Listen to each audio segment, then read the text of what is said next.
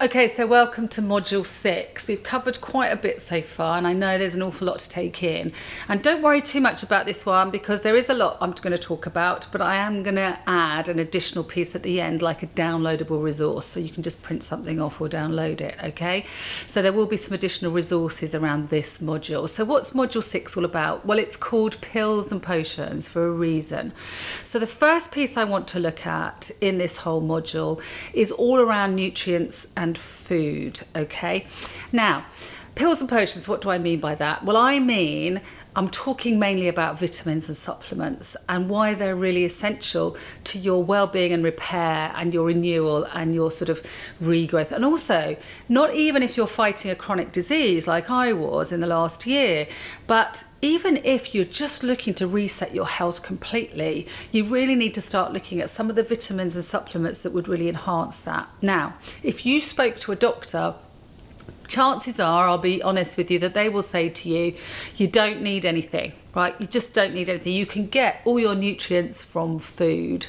Well, I'm afraid I disagree. I don't believe it because I have studied too much to know that, unfortunately, with the world, the way that farming is happening at the moment and the way that we produce our food at the moment, it's just not giving us the nutrients that we need, okay? It's just not.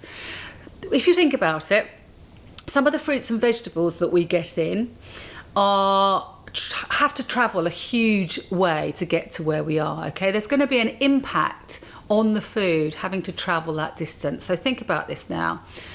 I have an Ayurvedic doctor, and I've had an Ayurvedic doctor for most of my life, and he will tell you that we have this kind of propensity in the Western world to eat foods that are out of season, and he believes this is really the wrong way to be looking at food. And you have to think about this. Why is it that we insist on having strawberries in the winter? Yeah, and we insist on having sort of all sorts of fruits that are not indigenous to us at that particular time of the year, but we think we're very clever and we go against nature and we want those foods, and so we have to import them. So therefore we're bringing in a load of foods from other parts of the world that are not indigenous to the climate in which we're living at the moment, and they're having to travel a significant way. Now, in order for them to still be able to be sold and be fresh, they're going to have to put something on these, yeah? There's absolutely no way, unless you're buying organic, and even then, there is a little bit around, how organic is the stuff that we're buying. Stuff is sprayed onto these vegetables and fruits in order to preserve them and keep them healthy for the transit journey to get to you. Not alone, also think about how they're actually grown. Because we're mass producing food at such a level and such a scale, the stuff that is put on food, if you look at the stuff that's going on in America around Roundup and these kinds of brands, right, which has been proven to be carcinogenic and is actually now being banned, how many years in the States have they been eating food that has been grown with products like Roundup? Look at this stuff, right? I'm not going to go into this now because I could speak about this stuff all day, but I would suggest that you investigate and look into these kinds of things. So, we are not getting the nutrients that we need from our food. We're just not. It's produced, it's grown in chemicals, it's brought to us, we're eating stuff out of season, and therefore there is bound to be preservatives and stuff on it. Think about the meats that you're eating. How can they have the shelf life some of this food has? How can a piece of food stay on a shelf as long as it is? Look at these kind of shelf life things, okay? It's really, really important to have a look. So I just want you to start questioning whether or not the food that you're eating is nutrient dense. How do you know about this stuff? Look at the labels, look at the shelf life, look at the kind of chemicals that are in that food. Really get into what you are actually putting inside of your body.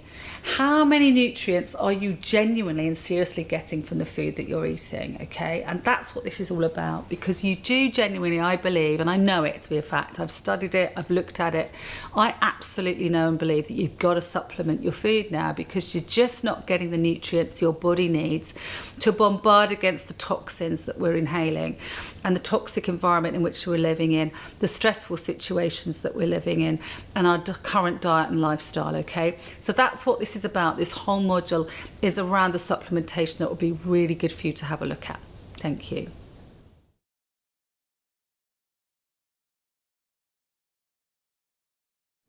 Okay, so I've sort of given you an overview of why, without getting into too much detail. As I said, I could spend all day talking about the benefits of vitamins. I could talk about farming. Don't even get me on the soapbox, okay?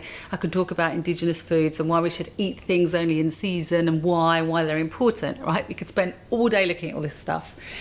But this whole module is really a taster for what we're talking about. But let me give you an example of what I take. So why are vitamins and supplements important? Well, we know that we're not getting enough nutrient in our food. We just know it, right? You surely know this, right? You've got to know it. Look at the labels of the food and ask yourself, what is in the food that I'm eating and where's it come from? Because I really would love to know.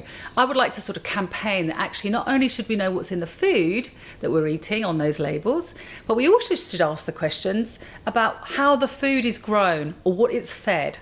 Okay, so if you're eating steak, I would like to know what that cow or whatever that beef has been fed with. We don't know that. We know what's in the food, but we don't actually know what it's fed with. So there's a whole load of stuff around labelling that we're still not aware of yet, okay?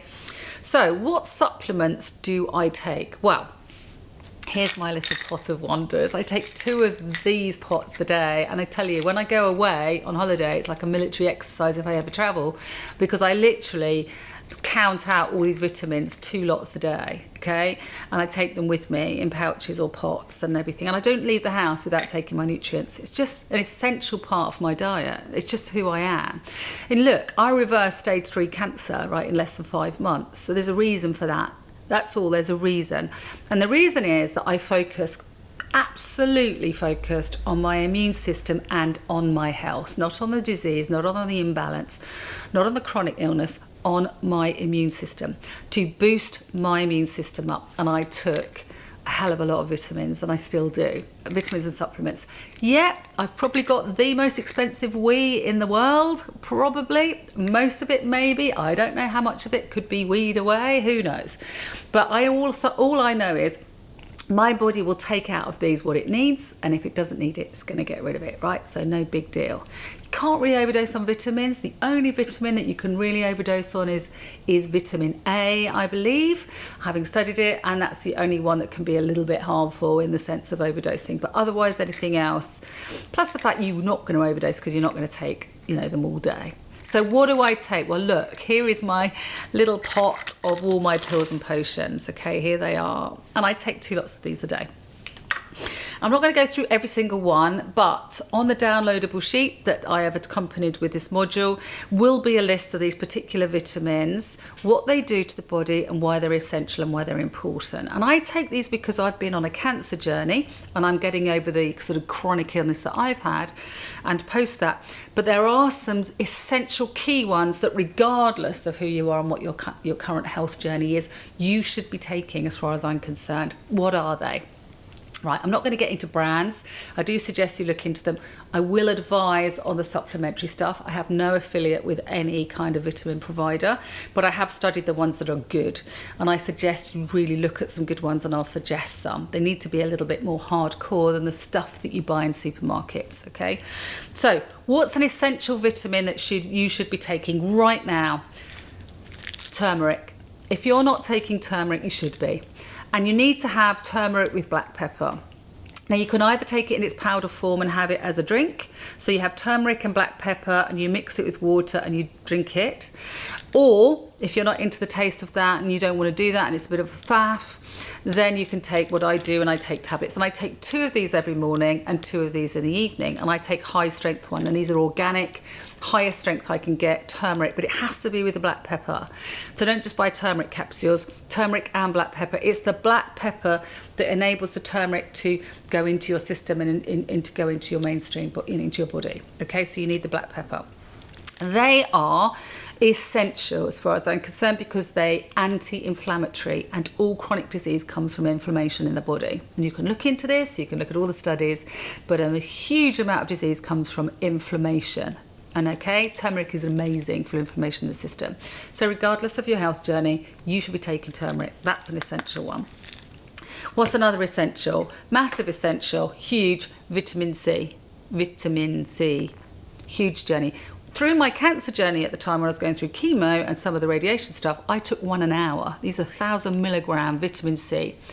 But not just vitamin C, this is liposomal vitamin C. Again, it's all in the downloadable supplement. Why liposomal? It's something like 94% more absorption into the body. Okay, it absorbs into the body, but yes, it's more expensive, I get that. But even vitamin C itself, high doses of vitamin C are excellent for the body. This is 1,000 milligrams. I take 1,000 in the morning, I take 1,000 at night. In the height of my cancer journey, I was taking 1 an hour. And the only reason you know when you've overdosed on vitamin C is you start getting a bit of diarrhea, and then you know to ease back. But you know, once you get that, you just ease back until everything settles down again. I was taking 1 an hour. Massive assistance to your body in terms of repairing your cells, okay? Vitamin C. The other huge thing you should be taking, regardless of your health journey, probiotics. Now, other forms of probiotics and good bacteria, because a lot of disease comes from the gut, and we know this. Look it up, study it, research it. Don't take my word for it, but a lot of disease comes from the gut. We need good gut flora. We get that stripped out of us. How? Serious amounts of antibiotics, not just in the antibiotics that we take from the doctor, which we've been taking since we were children, blindly, I might add, although they're getting better at it now, but also there's a huge amount of antibiotics in the food that you eat. If you're a meat eater, I'm not anymore, but there will be antibiotics in the meat that you are eating. Antibiotics, steroids, hormones, all sorts of stuff in the meat. I'll ask a question. Why are 9-year-old girls getting periods? You know, I'm an old fart, right? And in my day, you didn't get periods. Girls didn't get periods till they were at least 14 or 15, and they're getting them at 9. Why is that? Genuinely, I believe, and having studied it, that there are hormones in the dairy products that we consume and in the meat products. Okay, and we are consuming a serious amount of hormones, antibiotics, and steroids in the animal products that we consume. That's why I don't touch animal products. I don't, not now. But you need probiotics. Now, you can get good bacteria from things like fermented foods, really good. Years ago in the war, they used to eat a lot of fermented foods, and because they used to have, you know, issues around food and storage, so a lot of fermented foods, yogurts, kefir, kombucha, things like that, kimchi, those kinds of things, kombucha. So all of those kinds of things are really good fermented foods.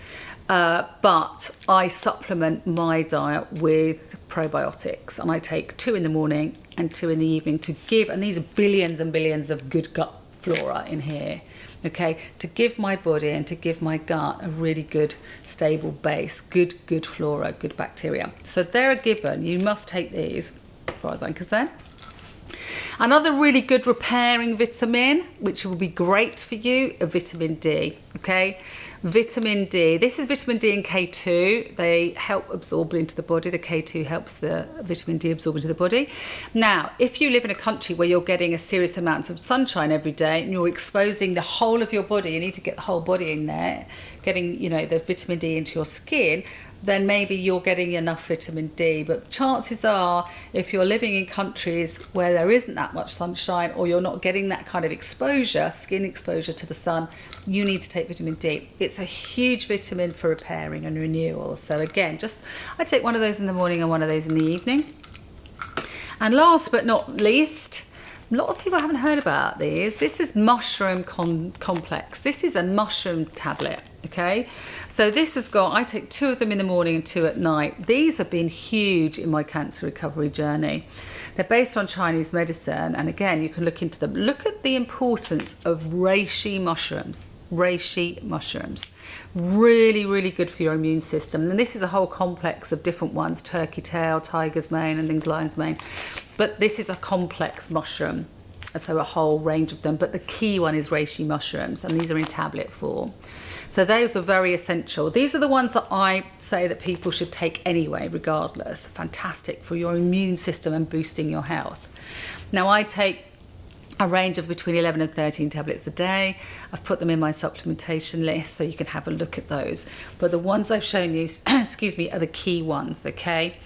Take them, look at them, start getting into taking these kinds of supplements every day just to boost your immune system. All round, it's going to be good for you. It's going to help you. It's going to stop you getting things like colds and all that kind of thing. And when everybody else is getting something, some kind of bug, your immune system will be really heightened. Okay? So again, look at the supplementation list. And if you've got any questions, you can also email me and contact me through Facebook.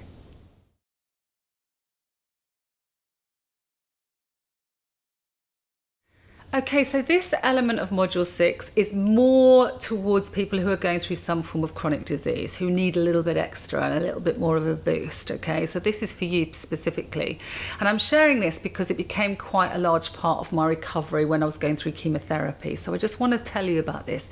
And not a lot of people know about it, and I think it's something that we need to sort of bring into the mainstream and for people to become more aware. And what am I talking about here? Well, there are 3 protocols that I adopted at the height of my chemo and the height of my serious cancer journey when I had, these big tumours. This is the size of the tumour I had underneath my arm, and I had visible tumours all along my collarbone here. So to reverse from stage 3 to literally, the quote from the surgeon is not a trace, in 5 months was quite some going, right? And unheard of in just the chemos alone, unheard of. Also, I made a vow, just to say that I made a vow to my oncologist and the breast care surgeon that I would not miss one chemo, that I wouldn't miss any of my treatments, any of my drug treatments, because my white blood count was low. Because if your white blood count is low, they will not do the drugs and they will not do the chemo. And you have to delay it until your white blood count came up. And I actually booked a trip to Thailand. I booked a trip away on a particular day, and I booked that flight before I started my chemo. And my surgeon said to me, well, you can't do that because you don't know how long your chemo is going to go. And I said, well, we've booked the 6 chemos. I'm not going to miss one. He said, well, you can't really say that. What if your white blood count drops? And I said, it's not going to. It's not going to. I am going to focus so much on my immune system and my health that I will not miss one of these chemos. Watch me. He said, well, I don't think you can say it, but okay. I didn't miss one. I didn't miss one. I vowed to myself that I wasn't going to miss one of them, okay? So what did I do to also enhance that whole journey through that time? Significant, severe chemotherapy. I had very, very hard drugs. I had not just chemo, but 2 other cancer drugs at the same time. So I was in hospital all day having intravenous drugs, literally all day, pumped into me. Toxic drugs, right? So what did I do? So I took all my supplements, as I've said, and I looked at my diet significantly. We've talked about diet earlier. The other things to enhance, seriously enhance your immune system during that very difficult time, is to look at some alternative treatments. One of the key ones for me was to talk to a Chinese herbalist, okay? And we're going to look a little bit more in one of the modules later about alternative treatments. So we're going to get a little bit more into it then. But I took Chinese herbs. I'm going to talk a bit more about these in the little next section of this module. In the last section of this module, we'll talk a little bit about them. Yes, they look a bit like someone scraped a load of tree bark off the floor in the forest, and I boil these up religiously, and I keep them as tea, and I drink them twice a day, and I have done for the last 16 months. In fact, when I go away, if I ever travel, I take these and a sieve and a measuring jug with me, with my supplements. So it is quite a discipline, and it is something you need to be committed to, but these are phenomenal. And I will talk a little bit more about these in the last section of this module, okay? The other thing that really, so find a good herbalist, a good Chinese herbalist, because they have a lot to say, and they have a huge heritage in terms of health, the Chinese. And we'll talk a little bit more about that later. What else did I do? Right, well, I also did intravenous vitamin C injections. We talked about the importance of vitamin C earlier. Well, I also supplemented, and I went away. You can do it in the UK. There are certain places that do it, but I went overseas. And again, I will share the resources of the places that you can go in Europe and outside of Europe to get intravenous vitamin C injections. Obviously, they need to be at a reputable place, and they need to be given to you through the doctor's supervision and a nurse and everybody who's qualified. But I had intravenous vitamin C injections twice a day for a week each time. And they are literally pumping pure vitamin C into your veins, going straight into your bloodstream. Phenomenal for the cancer journey. Incredible results. And I think you need to look at this again. You don't take my word for it.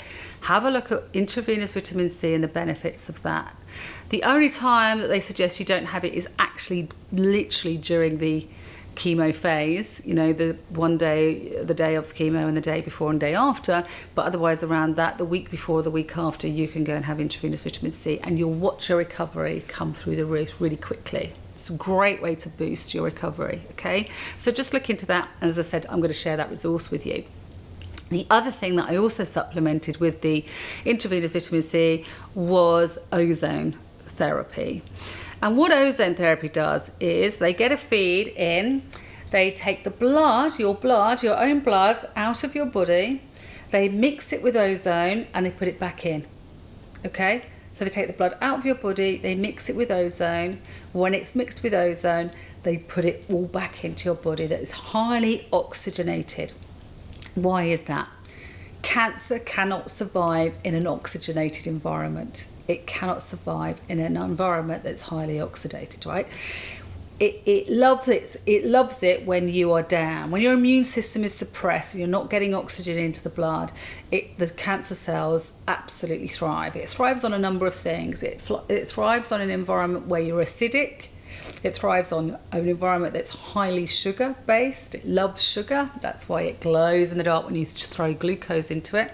For PET scans, we talked about this, I think, a little bit earlier. And it cannot survive in an oxygen-rich environment. So you need to pump that oxygen through that blood and get that in. Again, I will share the resources that do that. And most of the resources are the clinics that I attended to in Europe who do the intravenous vitamin C, also do the ozone therapy, and they see the significant links between the two. Significantly boost your immune system. Also incredibly helpful for people who've got something like Lyme's disease. If you've got suffering from Lyme's disease, huge benefits. Intravenous vitamin C, intravenous ozone therapy has proven to be incredibly effective if you've got Lyme's. Because you think about it, you're taking the blood out, you're oxygenating it and putting it back in. Okay, so look into those kinds of things, okay? Anything that can boost your health, boost your immune system. And we're almost looking at a way of starving the cancer cell. That's what we're doing. We're starving it. We're not going to feed it. As soon as you start to starve the cancer cell, it will go away. And the cells will regenerate. Because don't forget that your cells are regenerating every month. So, the cells that you have in your body this month are not going to be the same cells next month. Certain organs in the body completely replace themselves in the space of a year. Okay? So if you can give your body that opportunity to be as healthy and immune rich as possible, it's going to be able to help with the repair and get over that damage. Yeah? And that's what we're doing here. That is our job. That was our job. That was my job through this whole process. I talked about right at the beginning when we looked into all of these modules, I talked very, very openly about your need to do your piece, right? I'm looking at an integrated approach here. This is why this approach is different. I'm not looking at handing yourself over to the medical profession or going completely alternative route. I'm looking at taking the best of the medical profession and also looking at what you can do to support your immune system while you're going through that. And let's take this integrated approach. And not only do that if you're going through a chronic disease, but listen, guys, wake up. I can't say it strongly enough. One, without getting emotional about it, I don't want you to go through what I went through. I really, really tell you now, it's a horrible, horrible journey to be poisoned, cut and burnt for 16 months of your life, terrified as to whether or not you're going to make it. A single parent of 2 girls, it's not a fun journey. And please wake up. 1 in 2 people, I'm going to say it, I'll probably say it over and over again, 1 in 2 people, it's not my statistic, this is a national statistic. I didn't make this up, this is out there. 1 in 2 people in the UK will be and are being diagnosed with cancer. Okay? The statistics of people with diabetes is escalating beyond control. Younger and younger. What are we waiting for?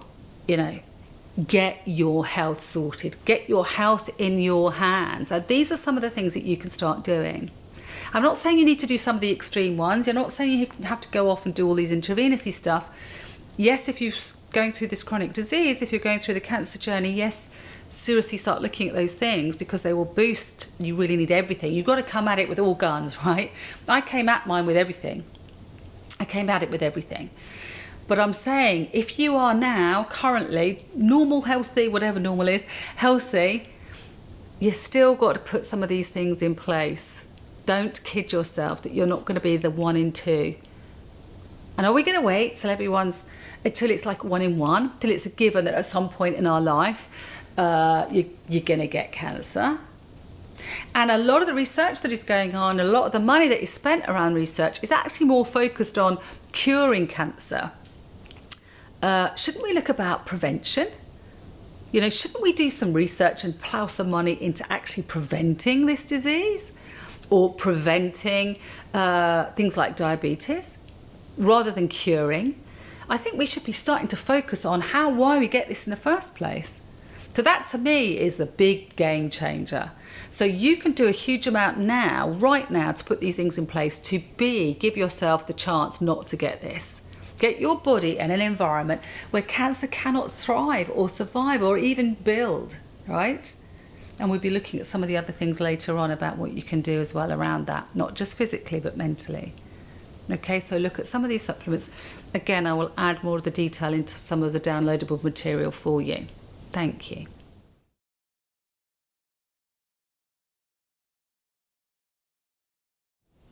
Okay, so the last element I want to talk about in this whole pills and potions module is all the kind of other kinds of things. So we've got teas, herbs and lotions, and there are other little things that you can do to supplement and add. So what are the other things that I did? Well, we talked earlier about these Chinese herbs. Now, these aren't a kind of one size fits all. This isn't the standard bag of stuff that everybody gets. I would suggest you go and see a Chinese herbalist. And I think even if you're not going through a chronic disease, it's really a good idea to go and see a herbalist, because they're really, really good at balancing your body and looking at areas of weakness. What they tend to do is, and we'll talk a little bit more about this in the alternative therapy section later on, but they will take your pulse, so they will look at your pulse and they will determine quite significantly what they believe is going on in your body through your pulse, which seems strange. They tend to look at your tongue and your eyes, and they can really determine from there in Chinese medicine what is actually going on with the organs of your body, particularly with the tongue. They can kind of see whether the liver is depleted or the kidneys are down, or there's certain energy levels are down in certain organs.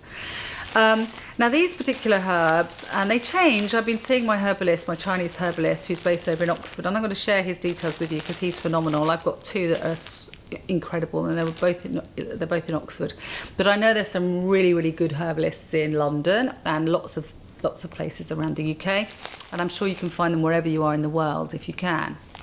Actually, I think some of these people actually probably do stuff online for you if you have that connection with them. So I would go and see him, and he would look at my symptoms and everything, and he would put together a whole bag of bits and bobs for me to look at. And I would boil these up. I boil these up.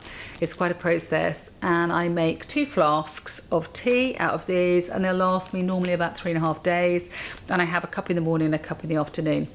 Let's put it this way, it's an acquired taste. Some of it has been shocking. I had to really, some of the times I actually ring him and say, wow, you've surpassed yourself this time. That is shocking. That tastes like absolute shite. Anyway, apparently he told me that the Chinese believe that if it's the more bitter it is, the more healthy it is. So bitter means, that it's doing you good. So the bitter herbs are the ones that are really, really going to help you. They're very medicinal and they're very beneficial. So yeah, so bear that in mind. It does look like someone has literally walked into the forest and scraped a load of bark off the floor, to be honest with you. But I am assured that these are all various Chinese kinds of herbs and mushrooms and dried bits and bobs, and I don't really know what they all are, but my herbalist does, and he has been amazing. And actually one of my friends, who was told by the medical profession that they could do nothing left for her, there was nothing more they could do after her secondary breast cancer diagnosis. She actually went to see this herbalist, and that was 6 years ago, and she's completely clear. And when she went back to see her oncologist after 3 months of going on these Chinese herbs, everything had gone. That's her story, and I was talking to her about it the other week. Now that's her story. So that's how effective they were for her. Okay? The other thing I take is acai tea. You might want to look at this. You can buy it in a powder form that you make your own tea with. Actually, because I've got so much to do and quite a protocol, I buy it like this. It comes in a liquid form. I actually buy it online on our lovely online shopping Amazon. I'm allowed to tell them. So I go online and I actually get this acai tea. It's a very old recipe. It's got huge anti-cancer health benefits. You can look it up. You can actually study it. There's a book on it, and you can actually go online. There's a whole load of free material on it. And I order this, and I just take a capful every morning. In the height of my cancer journey, I'm clear now, but I still use it, and I still use it to boost my immune system. In the height of my cancer journey, I was, taking this throughout the day, really, maybe 3 or 4 of these a day. So the acai tea was really important. The other things that you could take that are very, very good are things like winter's tea. I think the guy was Canadian. Back in the 50s, and he came up with this really good tea potion, winter's tea, and you can buy it now in a tea bag form. And again, you can buy it from Amazon, you can get it online, and you can take this tea, make this tea up as a pot, and you drink that through the day, and it has huge anti-cancer benefits. And a lot of people who've gone through the cancer journey swear by it. So those kinds of teas are really, really good. So I'm going to share some of those things with you. Again, I will add them into the supplements list. You can just print it off, or should I say download it, and then you can use that if you like to boost and enhance your journey on top of the foods that you're going to be going through. The other thing also that I have is frankincense oil. Frankincense is an amazingly potent and powerful anti-cancer oil, aromatherapy oil, and I put it on my wrists, and I put it behind my ears, and I put it under my nose, and I have it with me all the time. And I actually have it in my infuser in the house when I'm working. I put it on my wrists before I go to sleep at night, and I put it on in the morning. You can actually buy frankincense that you can take internally, so you have to make sure that it is able to be used internally, and you can go through somebody who deals with aromatherapy oils for that, but it's incredibly beneficial. It has huge benefits. To have a look at frankincense oil as well, it's an interesting one. So they're the key ones that will supplement some of your vitamins and some of your diet, and all those kinds of stuff. So again, I will share the information in a downloadable form for you. But if you have any questions around it, you can, as I said before, you can email me and go through the Facebook page, or you can send me an email through the website. Okay, so thank you for listening to Module 6. Have a look at some of these things, study them, look at some good sources. I will share those with you, but I would urge you to do everything you can to boost your health. And unfortunately, I believe these days, with what's going on in the food industry, that we really need, unfortunately, to have to supplement the food now that we're eating with a range of these things. Thank you for this module. I'll see you in Module 7.